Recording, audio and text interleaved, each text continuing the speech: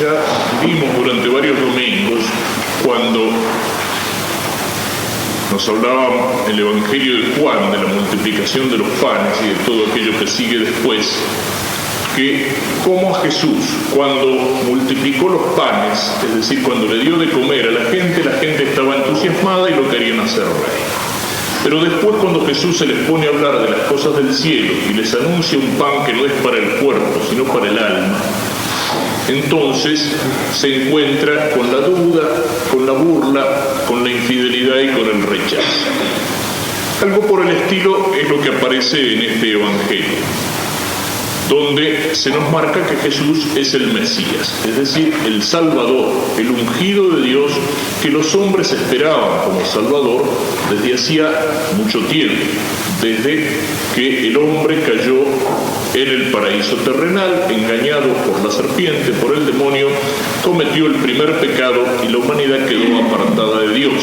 Y los hombres nacemos sin la gracia de Dios en el alma. Pero el Señor prometió un Salvador, el Salvador que iba a nacer de una virgen. Y este Salvador, este Mesías, es Cristo, es Jesús.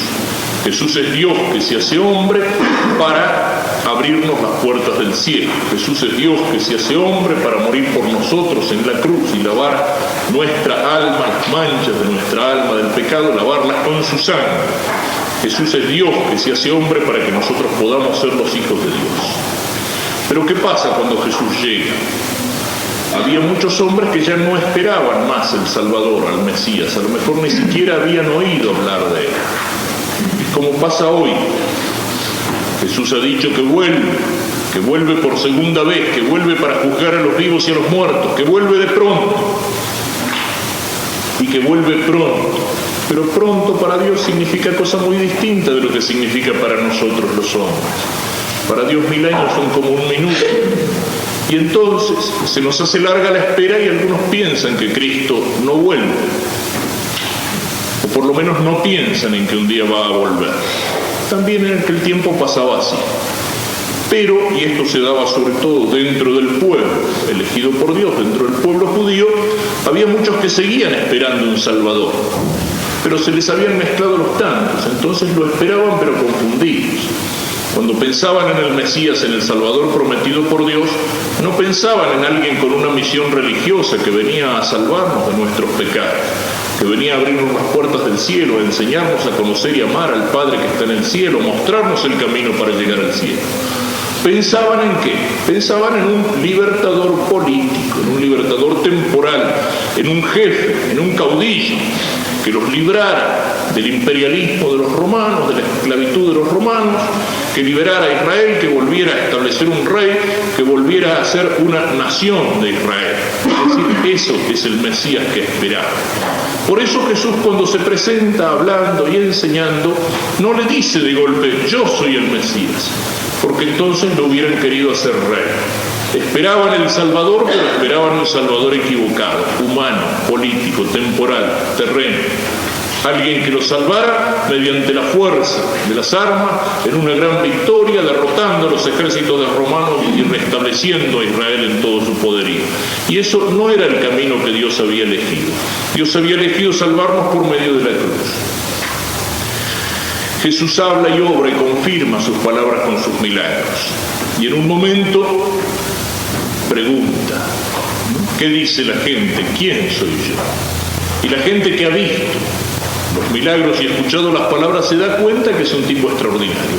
Juan el Bautista, que ha resucitado, Elías, que ha vuelto, algún otro de los antiguos profetas, pero no entienden el misterio de Jesús. Y Jesús les dice, ¿y ustedes qué dicen? ¿Quién soy yo? Y Pedro, respondiendo en nombre de todos, tú eres el Mesías, el Hijo de Dios, como dice en otro evangelio. Y Jesús lo felicita a Pedro porque sus palabras no son palabras humanas, sino que son palabras de Dios. Porque Dios ha iluminado a Pedro para que pueda conocer a Cristo. Eso aparece en otro evangelio, en el Evangelio de San Mateo. Aquí en el Evangelio de San Marcos vemos la humildad de Pedro. Porque el Evangelio de San Marcos es el Evangelio de San Pedro. Marcos era, como nos dice la antigua tradición de la Iglesia de los primeros siglos, era el intérprete de Pedro. Es decir, el que traducía en Roma aquello que Pedro decía o enseñaba. Pedro hablaría en hebreo, en arameo, y Marcos lo traduciría al latín. O, como dicen otros, el intérprete en el sentido de ser algo así como el micrófono. Cuando era mucha la gente que se reunía, Pedro hablaba y Marcos transmitía lo que Pedro decía. Y entonces el Evangelio de Marcos es el Evangelio de Pedro. Y Jesús, cuando Pedro dice, tú eres el Mesías, ahí es donde le promete que va a ser cabeza de la iglesia y lo felicita y lo alaba. Todo eso aquí en San Marcos desaparece. Mateo lo pone, Marcos no. Pedro se calla las alabanzas de Jesús. Y en cambio Pedro pone con más fuerza cuando Jesús lo reprende. Porque eso es lo que pasó. San Pedro habló como inspirado por Dios y conoció el misterio de Cristo. Tú eres el Cristo, el Hijo de Dios vivo. Y entonces, una vez que lo habían reconocido, Jesús empieza a explicar, sí, yo soy el Salvador, pero yo no soy el Salvador que esperan los judíos. Yo no soy aquel que los va a salvar en un avance triunfal, liberando el pueblo de los opresores terrenos. No, yo los voy a salvar, pero ¿de qué manera? Sufriendo, muriendo en la cruz, como lo anunció Isaías, ese servidor sufriente que veíamos en la primera lectura. En mí se van a cumplir esas. Los voy a salvar, sí, pero mediante la muerte en cruz y la resurrección. El Hijo del Hombre tiene que sufrir, tiene que ser condenado a muerte y después resucitar. Y entonces Pedro, que cuando estaba inspirado por Dios, había penetrado hasta lo profundo del misterio que los demás no entendían, aquí habla, y habla movido por buen corazón, por su buen corazón, porque Pedro era bueno y Pedro lo quería a Cristo, aunque a veces metía la pata y lo llegó a negar. Y entonces cuando Jesús dice que tiene que padecer y que morir, San Pedro lo saca aparte para decirle, no, Señor, ¿cómo vas a hacer eso? Eso no puede ser. Y lo decía de bueno, pero Jesús lo rechaza como un tentador y con palabras muy duras. Retírate de mí, Satanás. Tus pensamientos no son de Dios, sino de los hombres. Es como si Pedro estuviera haciendo la obra de Satanás, tentándolo a Cristo. ¿Y cuál era la tentación? La tentación era decirle a Cristo que el camino no era el camino de la cruz. La tentación era mostrarle a Jesús que él podía ser el Mesías, pero a la manera fácil, a la manera humana, y no a la manera misteriosa que Dios elige cuando decide morir en la cruz. Esa era la tentación de Pedro. Fíjense que esto es algo que sigue existiendo en la iglesia. Pedro, a partir de ahí, Jesús le prometió que iba a ser la cabeza de su iglesia. Fue el primer papa, el primer representante, el primer vicario de Cristo en la tierra. El primer maestro que hablaba en nombre del Supremo Maestro. Y cuando Pedro habla inspirado por Dios, sus palabras son palabras que van más allá de todo lo que pueden ver los hombres. Sus palabras no son de los hombres, son de Dios. Pero en Pedro está también la parte humana. Y cuando habla, no apoyado en la fuerza, en la gracia, en la enseñanza de Cristo, sino apoyado en sus fuerzas humanas, aunque sea movido por su buen corazón, puede equivocarse y puede meter la pata y puede merecer el reproche de Cristo. Es el misterio de toda la historia de la iglesia. De la historia de la iglesia, donde aparecen incluso en sus cumbres más altas los errores y los pecados de los hombres. Incluso en la historia de la iglesia, en aquellos que han representado a Cristo como sus pontífices supremos, en la historia de los papas, hay papas pecadores, papas que se han equivocado en muchas cosas, no en lo fundamental de la fe, porque ahí está Cristo al lado del Papa, ahí está la asistencia prometida, ahí está el Espíritu Santo que no permite que se equivoque, ahí está Dios que ilumina el alma de Pedro para que Pedro pueda reconocer a Cristo. Cuando Pedro habla apoyado en sus solas fuerzas como hombre, se equivoca o puede equivocarse. Cuando Pedro se apoya en Cristo, cuando deja que la gracia de Dios lo ilumine por dentro, ahí tiene la asistencia que el mismo Cristo le ha prometido. Yo he rogado por ti para que tu fe no desfallezca y tú, cuando hayas vuelto, confirma a tus hermanos. Y el camino de la cruz. ¿Cuántas veces lo hemos señalado esto? El camino de seguir a Cristo no es el camino fácil. Y también la tentación del catolicismo en nuestro tiempo. La tentación de hoy es evacuar la cruz, dejar de lado la cruz. La tentación que hizo que Jesús le dijera a San Pedro, apártate de mí, Satanás. Querer hacer las cosas fáciles, es querer hacer un cristianismo al gusto del hombre, al gusto de la moda, al gusto de los tiempos. Es querer sacar en el seguimiento de Cristo todo aquello que se nos hace un poco cuesta arriba, un poco difícil. Es olvidarnos que el camino del cielo es un sendero que sube en la montaña y que es difícil, pide esfuerzo, sacrificio, y querer hacer el camino del cielo como si fuera el camino del infierno, un camino ancho, fácil, un camino en bajada. Ser cristianos, pero cristianos cómodos, con tal que no se nos pida nada, ningún sacrificio, ningún esfuerzo, ninguna ayuda, ni perdonar a un hermano, ni realizar aquello que me cuesta, ni cargar la cruz de un sufrimiento, la cruz de un dolor, la cruz de una incomprensión, la cruz de ser como la cruz y como Cristo, signo de contradicción en un mundo que no comprende a Dios, en un mundo que rechaza a Dios o que le vuelve las espaldas. La cruz es eso, es signo de salvación, pero es también signo de contradicción para aquellos que no la entienden. Esa es la tentación, sigue siendo la tentación que Cristo rechazó. Y luego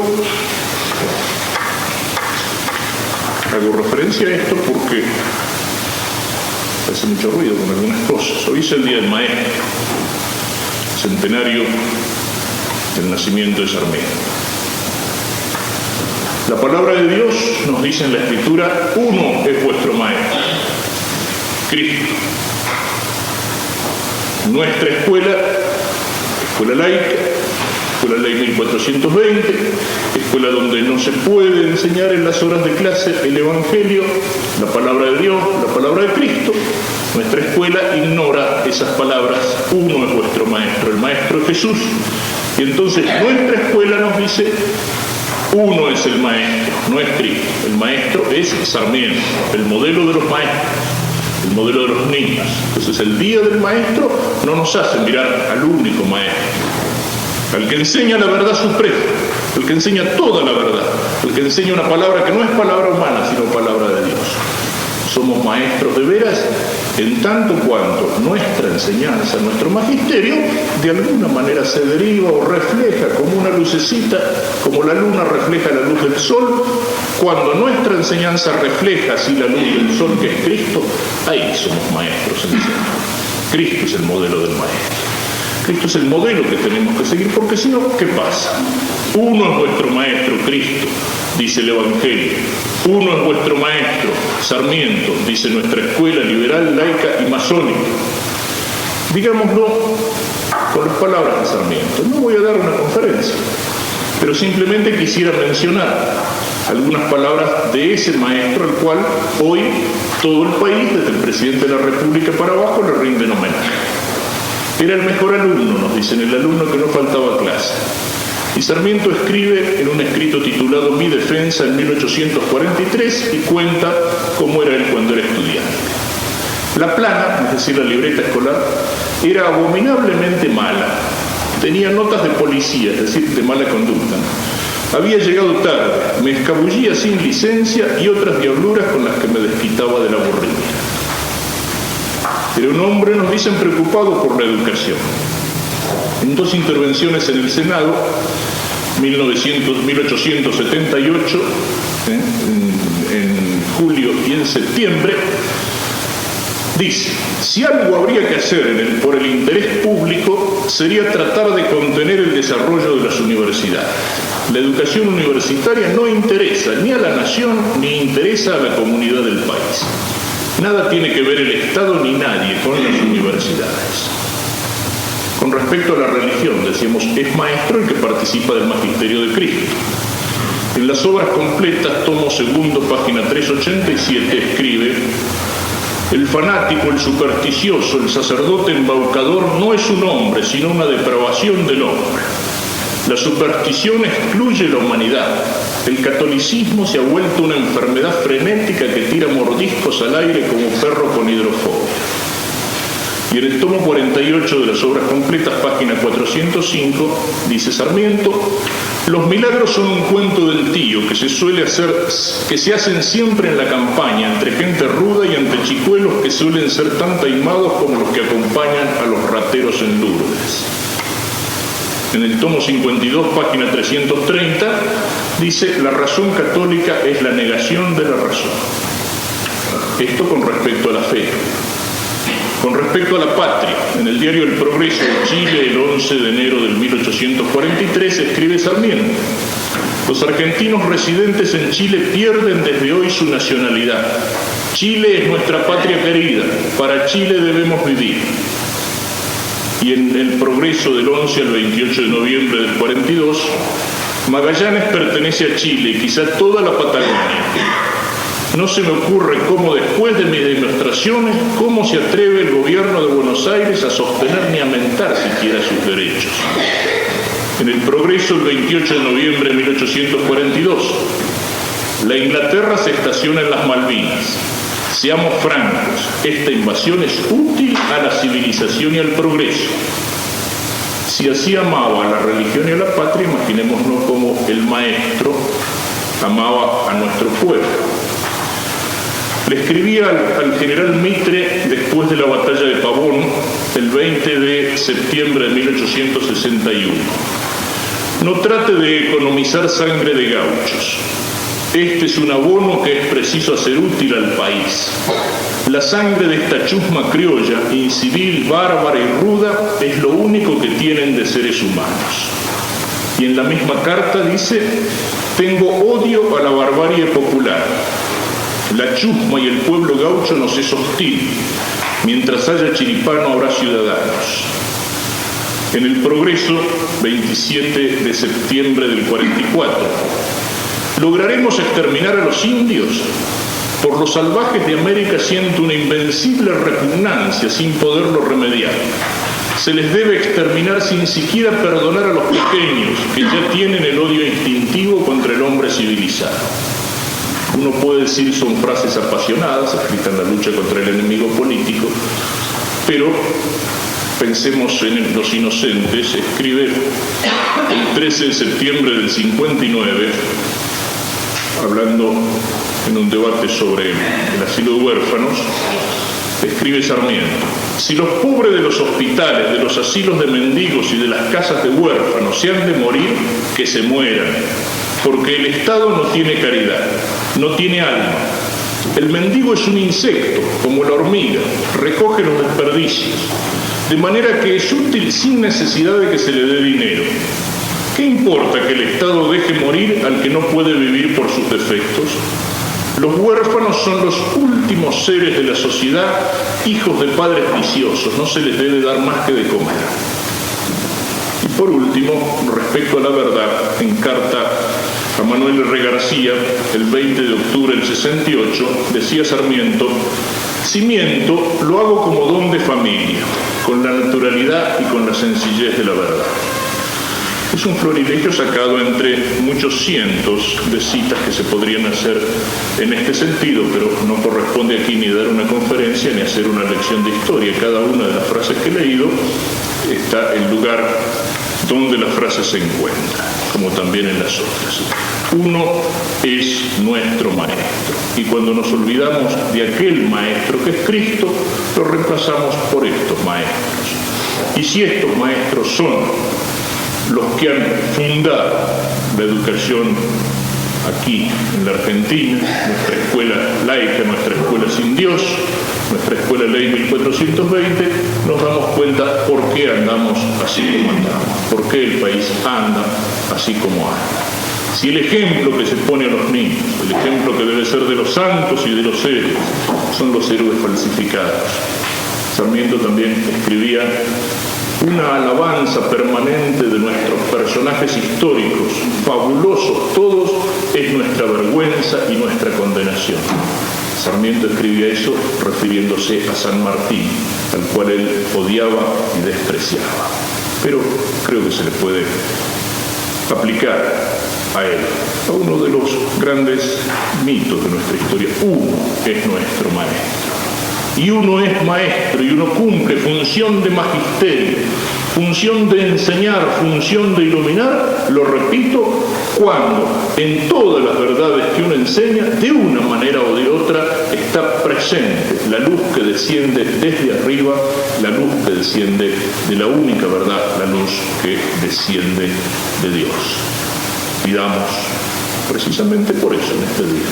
Roguemos por todos los maestros, para que conozcan a Cristo y para que sean para los niños, a los cuales tienen a su cargo, bajo su responsabilidad, para que sean reflejos de la luz de la verdad, para que no les oculte la luz de la verdad, sino que al contrario, para que se la comuniquen y para que los guíen en el camino aquí en la tierra, pero sobre todo que ese camino en el cual los ponen sea un camino que lleva hacia el cielo, hacia el encuentro con Dios.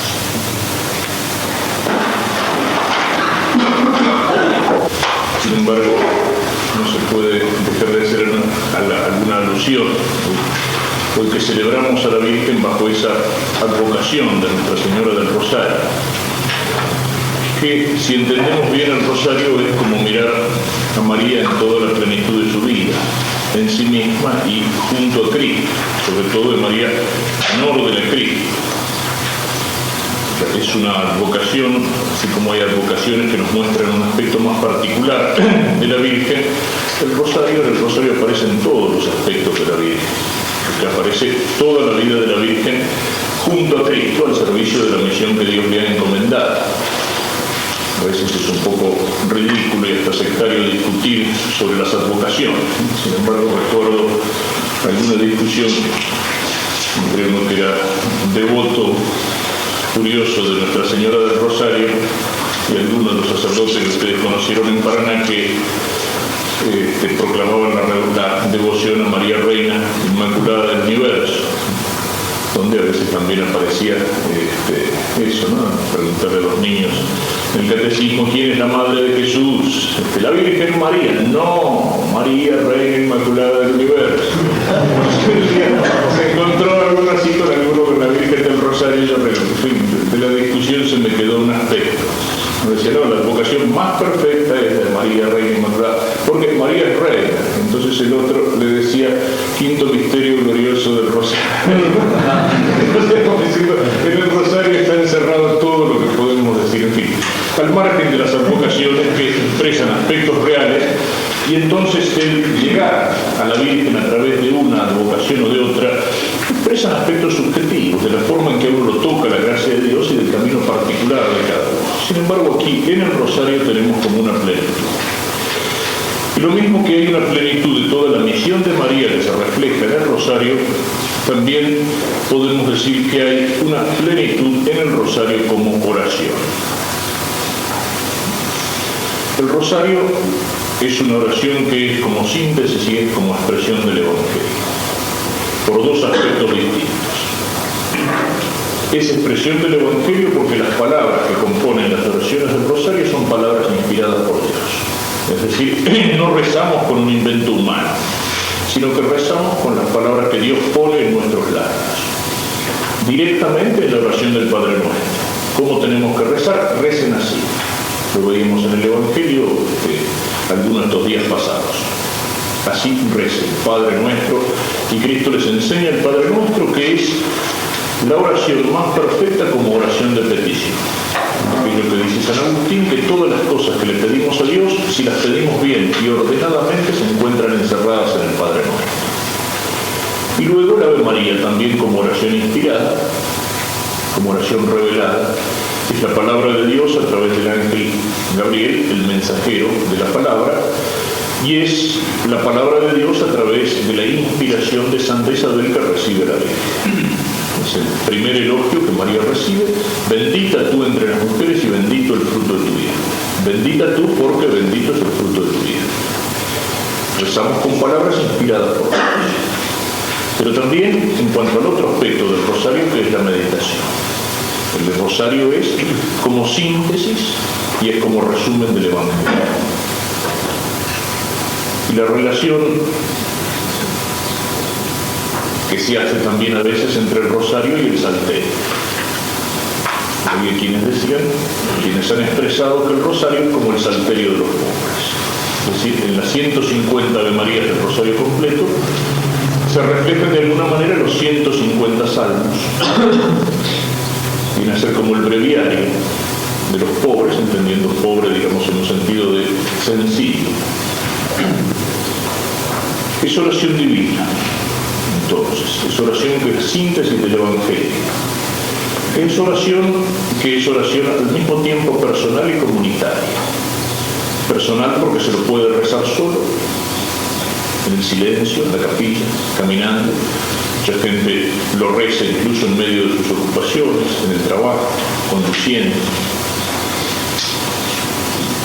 Personal y comunitaria, porque se puede rezar por su estructura en dos coros, ya sea cuando se reza entre dos, ya sea en un grupo, ya sea en una parroquia o en una multitud de gente. Y ese aspecto comunitario no es solo el aspecto de que sean muchos los que están rezando, sino que la alternación de los dos coros del rosario, pues el que uno rece la primera parte, la segunda parte, el Padre Nuestro y la Ave María, y los otros respondan, da lugar para que el rosario se rece completo. Es decir, el momento en que uno pronuncia las palabras es sobre todo el momento de atender a las palabras que uno pronuncia. El momento cuando se reza comunitario o en grupo de silencio, cuando el que reza es el otro o el que dirige el rosario, no es el momento de la divagación, sino que es el momento de la meditación. Meditación que puede dirigirse a las mismas palabras de la oración que se reza, o a una frase de la Ave María, o a la intención por la cual se está rezando, pero meditación que tiene que dirigirse sobre todo a los misterios del rosario, al misterio del rosario que se está contemplando. Y el rosario podemos decir en ese sentido que es también una oración completa, porque cuando se lo reza bien es todo el hombre el que reza, todo el hombre el que está puesto en oración. En el rosario hay, si tuviéramos que expresarlo filosóficamente, hay dos elementos, como materia y como forma. La materia del rosario son las oraciones que lo componen, y son las oraciones que pronunciamos con los labios, públicamente cuando lo rezamos en voz alta, o para nuestro interior cuando rezamos el rosario en silencio o en privado. Esas oraciones, esas Ave Marías que se repiten una detrás de otra, vienen a ser como la materia del rosario. Y la forma, que es algo invisible, que es algo que unifica la materia, viene a ser la meditación de los misterios. El rosario no es solamente una sucesión de Ave Marías, sino que es una sucesión de Ave Marías que están organizadas de tal manera que nos llevan a la meditación de los misterios de la vida de Cristo. Materia y forma. La materia es aquello que se pronuncia con los labios, es aquello que se expresa materialmente. Y la forma es aquello invisible que está en la meditación interior. Pero no es solo meditación y labios que pronuncian. Es todo el hombre, y esa es la importancia que tiene la corona del rosario, es decir, el aspecto físico del rosario. Porque cuando vamos pasando las cuentas entre las manos, es también el cuerpo que reza. Le entregamos al Señor nuestro cuerpo, le entregamos al Señor nuestros labios, en las Ave Marías y Padre Nuestro que se pronuncian, y le entregamos al Señor nuestro corazón, es decir, toda nuestra interioridad, en los misterios que se meditan. Es oración de todo el hombre.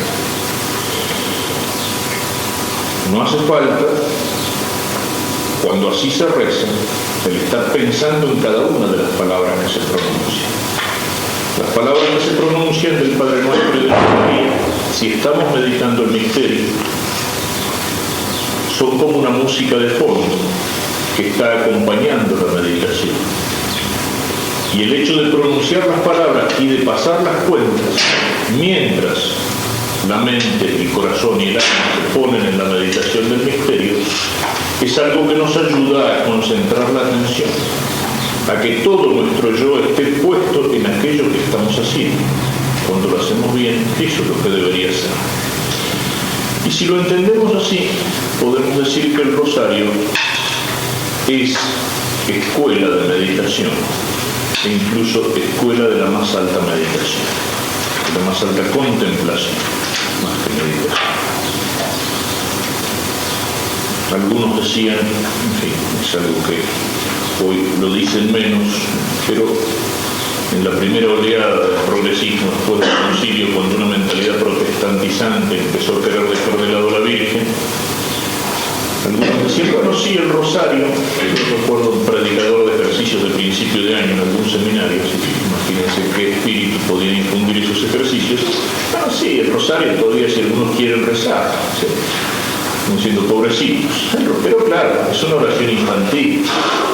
Es una oración de los primeros momentos de la vida espiritual. Después, cuando uno crece, ya va a cosas más serias, ya no necesita el rosario. Qué desconocimiento, no solamente de lo que es el rosario, sino qué desconocimiento por soberbia espiritual de lo que es una verdadera infancia espiritual.